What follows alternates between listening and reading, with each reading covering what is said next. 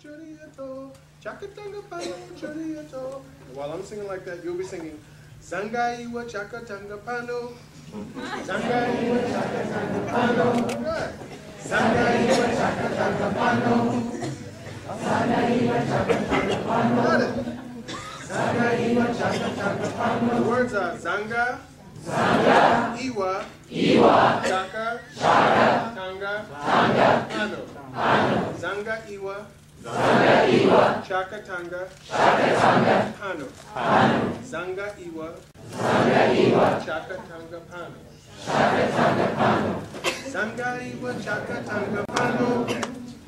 Zanga, Iwa, Chakatanga, Pano. Zanga, Iwa, Chakatanga, Pano. Zanga, Iwa, Chakatanga, Pano. Zanga, Iwa, Chakatanga, Pano. Zanga, Iwa, Chakatanga, Pano. Zanga, Iwa, Chakatanga, Pano. Zanga, Iwa, Chakatanga, Pano. Now you got the words. I'll put a little life into it. Try it like this. Zangaiwa, Chakatanga, Pano. Zangaiwa, Chakatanga, Pano. Zangaiwa, Chakatanga, Pano. Zangaiwa, Chakatanga, Pano. Zangaiwa, Chakatanga, Pano. Zangaiwa, Chakatanga, Pano. Zangaiwa, Chakatanga, Pano. Long time ago, in Zimbabwe, there was a terrible, terrible drought. There was no rain for such a long time. The only thing that people could do was each person would take a basket and they would spend all day searching around the forest for any kinds of roots and herbs and things people could eat. And in the evenings, they would all come together and share what they had found. It got so bad that even very young children had each take a little basket and they would spend all day searching around the forest for any kinds of things people could eat. Then in the evenings, they would all share. Now, there was this one little girl who was very brave and determined. She decided she was going to go out. She wasn't coming back, so she had a basket full of good things to share. So she set out alone on the path through the forest. And even after about 2 or 3 hours, she only had a few little roots and herbs in her basket. She had to keep searching. After a while, she came to this great big clearing, only one tree right in the center of it. She went up to it, and it had all different types of fruit on it. It must have been some kind of magic tree. She filled up her basket right away. When she got back to the path, when she heard snake, snake slithered right up to her and said, "Where'd you get that food from?"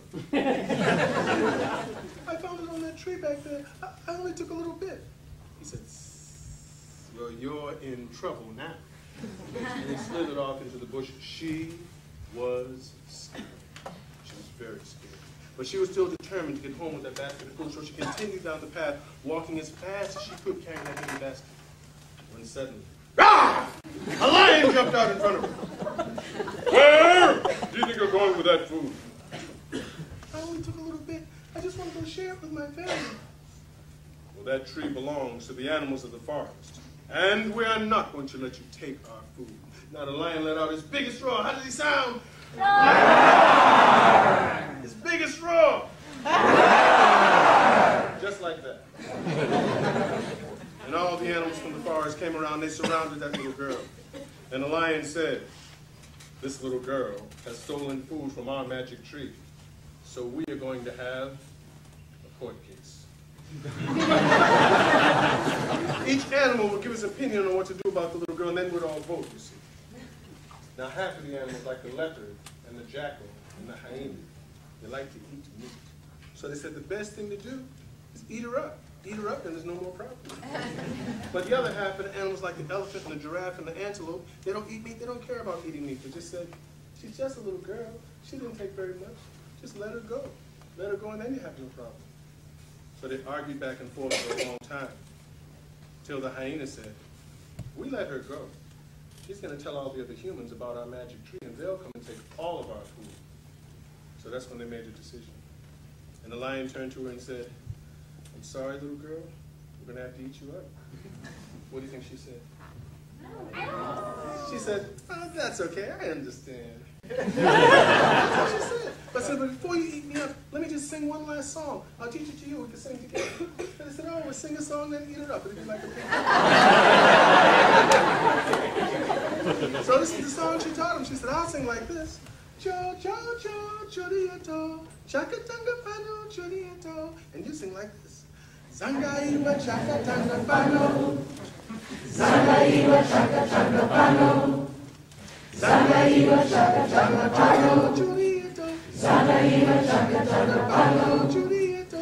Zangaiwa, Chakatanga, Pano. Chorieto. Zangaiwa, Chakatanga, Pano. Chorieto. Zangaiwa, Chakatanga, Pano. Chorieto. Zangaiwa, Chakatanga, Pano. Chorieto. Zangaiwa, Chakatanga, Pano. Zangaiwa, Chakatanga. They were jumping around and shaking the trees. It was like they were having the greatest time. When the hyena said, wait a minute, where is that little girl? That little girl was long gone running down the road, you see. They said, oh, she tricked us. So they started chasing after her. Now remember, she was a very little girl, and she was carrying a heavy basket. It wasn't long before those big animals caught up to her. And they surrounded her again. And they said, you tricked us, but you won't trick us anymore. But you see, now the animals had a problem. See, because half of the animals like to eat meat. So they would chase the little girl so they could eat her up. But the other half would chase her because they wanted to sing the song again. So I want to sing the song one more time, but we'll just watch real close. So I started singing. Zangaiwa, Chakatanga, Pano. Zangaiwa, Chakatanga, Pano. Zangaiwa, Chakatanga, Pano. Zangaiwa, Chakatanga, Pano. Zangaiwa, Chakatanga, Pano.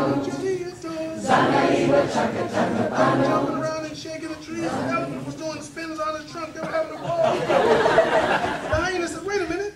She did it again. Sure enough, that little girl was running down the road, so they started chasing after her. But she got to her village just in time. And the animals didn't dare go into the village because so many hunters lived there. So the little girl got away. And that's the end of the story.